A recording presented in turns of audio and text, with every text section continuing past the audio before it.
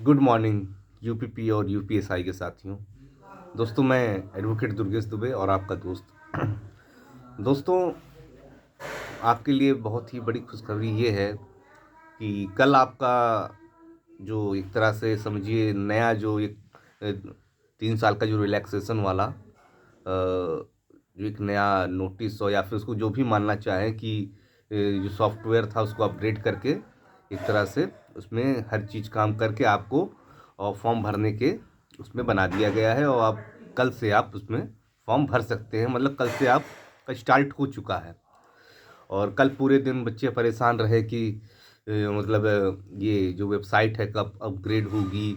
और कल भर्ती बोर्ड ने पूरे दिन इसमें काम किया और आपकी जो वेबसाइट है उसको एक तरह से अपग्रेड किया और नए प्रारूप जो कि शासन द्वारा निर्देशित किए गए हैं तो उस पर उसको वर्क करके और उसको अपग्रेड किया है और अब आप लोग फॉर्म भर सकते हैं। जैसे कि आपको पता ही है कि 3 साल का जो भी रिलैक्सेशन मिला है आप लोगों को और आप लोग इसमें एकदम से फॉर्म ये नहीं, देखिए क्या होता है कि जो भी बच्चे हैं इसको फॉर्म ये ना सोचिए कि हम आखिरी में भरेंगे या फिर मतलब अभी तो बहुत समय है, ऐसा ना कीजिए क्योंकि कभी कभी ऐसा होता है कि वेबसाइट जो है आखिरी में क्रैश कर जाती है क्योंकि आपको ये पता ही है कि बहुत ज़्यादा बच्चे बढ़ गए हैं। बहुत ज़्यादा बच्चे बढ़ गए हैं क्योंकि 3 साल ऐसा नहीं सिर्फ जनरल में ही नहीं, देखिए आपको हर चीज़ में, चाहे जनरल हो चाहे डब्ल्यूएस हो चाहे सी ओबीसी, मतलब जिस भी कैटेगरी में सभी में 3-3 साल में रिलैक्सेशन जो मिला है तो इसमें एक बहुत बड़ी संख्या में बच्चे मतलब अब इसमें फॉर्म अप्लाई करेंगे। तो ये संभावित है कि आखिरी में आपकी जो क्योंकि बहुत सारे बच्चे ज़्यादातर बच्चे ऐसा सोचते हैं कि अरे अभी क्या, अभी शुरुआत है, अभी हम लास्ट में फॉर्म भर देंगे। तो ऐसा बिल्कुल ना कीजिए आप लोग। जैसा ही आपको सही लगे आप जल्द से जल्द 5-6 दिन में मतलब आप इसको फॉर्म भर दीजिए। और एक चीज़ जैसे कि आप ही नहीं, भर्ती बोर्ड भी ये चीज़ देख रहा है कि बच्चे बढ़ रहे हैं तो जो स्टैंड डेट है, मतलब जो आपके फॉर्म भरने की जो डेट है उसको वो बढ़ाने जा रहा है, वो बढ़ाएगा। क्योंकि सॉफ्टवेयर पे बहुत ज़्यादा लोड पड़ने वाला है। इकट्ठा बल्क में जब बच्चे किसी फॉर्म को भरते हैं तो साइट अपने आप क्रैश हो जाती है। चाहे आप किसी भी उसका देख लीजिए, चाहे आप एसएससी का देख लीजिए या फिर किसी भी चीज़ का देख लीजिए, साइट क्रैश हो ही जाती है। तो इसलिए वो अपना क्या बोलते हैं, जो आपका फॉर्म अप्लाई करने की जो डेट है उसको एक्सटेंड वो करने जा रहा है। तो ये बात रही। और आपको मैं बता दूं आपकी जो डेट निकल के आ रही है अभी परीक्षा की डेट, जो आपका एग्ज़ाम है वो 18 तारीख को मतलब प्रस्तावित है। 18 फरवरी जो आपका है ये प्रस्तावित है।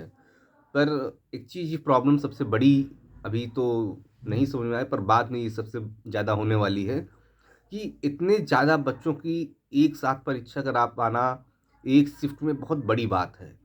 क्योंकि आपको पता है सेंटर सेंटर भी क्योंकि शासन का एक ये निर्देश है कि उसी सेंटर में भेजा जाए जहाँ नकल की बिल्कुल भी गुंजाइश ना हो। और ऐसे सेंटर बहुत सारे सेंटर इन्होंने ब्लैक लिस्टेड भी किए हैं। तो अब इनको सेंटर की बहुत बड़ी दिक्कत आने वाली है। या तो इस पेपर को कई शिफ्टों में कराया जाए, मतलब 2 या 3 दिन में कई शिफ्टों में कराया जाए। तो फिर उसमें एक प्रॉब्लम फंसती है सबसे बड़ी नॉर्मलाइजेशन की। देखिए कोई भी चीज़ है तो फिर नॉर्मलाइजेशन में जैसे बच्चे कहते हैं सर मेरा तो बहुत टफ आया था, मेरे में नॉर्मलाइज भी नहीं हुआ और ऐसे वैसे। नॉर्मलाइजेशन वो तो चलो ठीक है, वो तो एक प्रोसेस है। उसको किसी को कम नंबर किसी को ज़्यादा नंबर, वो तो किसी के साथ ऐसा नहीं होता है। पर वो एक प्रक्रिया है, स्केलिंग होती है, आपको पता ही होगा। इसका एक फार्मूला होता है, उस फार्मूले के उससे निकाला जाता है। तो उससे तो बच्चे को असंतोष नहीं होना चाहिए। पर एक शिफ्ट में पेपर करा पाना बड़ा ही मुश्किल हो जाता है। आपको मैं बता दूं इसमें एक शिफ्ट में पेपर कराने में नकल होने की संभावनाएं बहुत ज़्यादा बढ़ जाती हैं। कैसे बढ़ जाती हैं मैं बताता हूँ। मुझे याद है एक पेपर बहुत पहले अगर सही से याद है तो 13-14 में हुआ था। तो मतलब उस समय अखिलेश यादव जी की सरकार थी। तो उसमें एक शिफ्ट में ही पेपर कराया गया था और बहुत दूर दराज सेंटर भेजे गए थे। जैसे एक ही सिटी में मतलब बहुत इंटीरियर इलाके जो हैं वहाँ पे मतलब भेजे गए थे सेंटर। तो कॉलेज वालों ने मतलब उसमें साफ साफ निकल के आया था कि पेपर मतलब एक दिन पहले आपको पता ही है कि हाँ आउट करा दिया था, मतलब अंदर अंदर वो चल रहा था। तो इस तरह की दिक्कतें बहुत ज़्यादा आ जाती हैं। तो यही सब बातें हैं, तो मतलब सरकार को ये समझना चाहिए कि इसको कई शिफ्टों में करा दे वो सही है, पर नकल की संभावनाएँ बिल्कुल ना रहें, जिससे कि फिर बच्चा परेशान हो, कोर्ट जाए या दोबारा से री एग्ज़ाम हो, ये सब ना रहे। और अभी तो बहुत समय है, अभी तो कोई ऐसा वो नहीं है, अभी तो फॉर्म ही पड़ रहा है। और फॉर्म पड़ने के बाद एक तरह से जितने फॉर्म आएँगे तो उस हिसाब से वो लोग अपना प्लान चेंज करेंगे, क्या करना है, कैसे करना है। पर फॉर्म आप जान लीजिए, पहले 25 लाख की उम्मीद थी, अब 40 से 45 लाख फॉर्म आपका पड़ने जा रहा है। कंपटीशन बहुत ज़्यादा हाई होना है।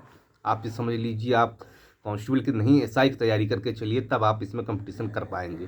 क्योंकि अब बच्चा जो एसआई में बैठ रहा है वही आपकी यूपी कांस्टेबल में बैठ रहा है। अगर उसकी एसआई की तैयारी बहुत अच्छी है तो आपको कांस्टेबल में समझ लीजिए कैसा कंपटीशन देने जा रहा है।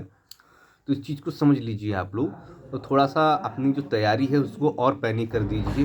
बिल्कुल सिपाही की तरह इस तैयारी को लेके ना चलिए।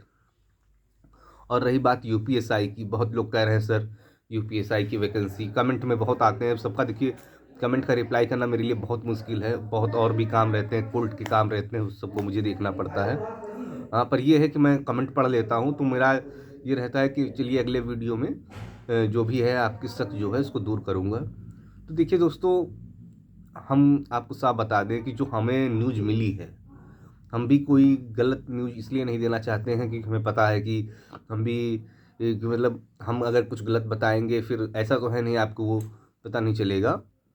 जो हमें न्यूज़ मिली है उन्होंने साफ साफ कहा था कि भैया जनवरी के फर्स्ट वीक में आपका यूपीएसआई का नोटिफिकेशन के 90% चांस हैं और आ जाएगा। मतलब कुछ ना कुछ ऐसा हो जाएगा जिससे आपको क्लियर हो जाएगा कि यूपीएसआई का नोटिफिकेशन आने वाला है जनवरी के फर्स्ट वीक में। थोड़ा सा इस चीज़ को ये रखिए। तो हमने भी उन पर विश्वास किया, और वो ऐसा नहीं कि हमने जो भी उनसे पहले भी इंफॉर्मेशन पूछी है उन्होंने जो बताया लगभग लगभग सही हुई है।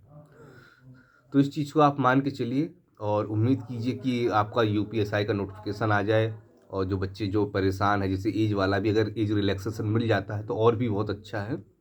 और उम्मीद भी है, उम्मीद आप खुद ही देख सकते हैं कि उम्मीद भी शासन अब थोड़ा सा मतलब इस चीज़ को लेके छात्रों के प्रति थोड़ा सा उसका जो बर्ताव है वो नर्म है और लचीला है। और छात्रों को, क्योंकि कई कारण होते हैं, आप खुद समझ सकते हैं, आगे आने वाला चुनाव एक मेन कारण है। ठीक है दोस्तों, ठीक है, मैं और भी आपको जो भी जानकारी निकल के आएगी मैं आपको अपने वीडियो के माध्यम से बताता रहूँगा। ठीक है दोस्तों, थैंक यू।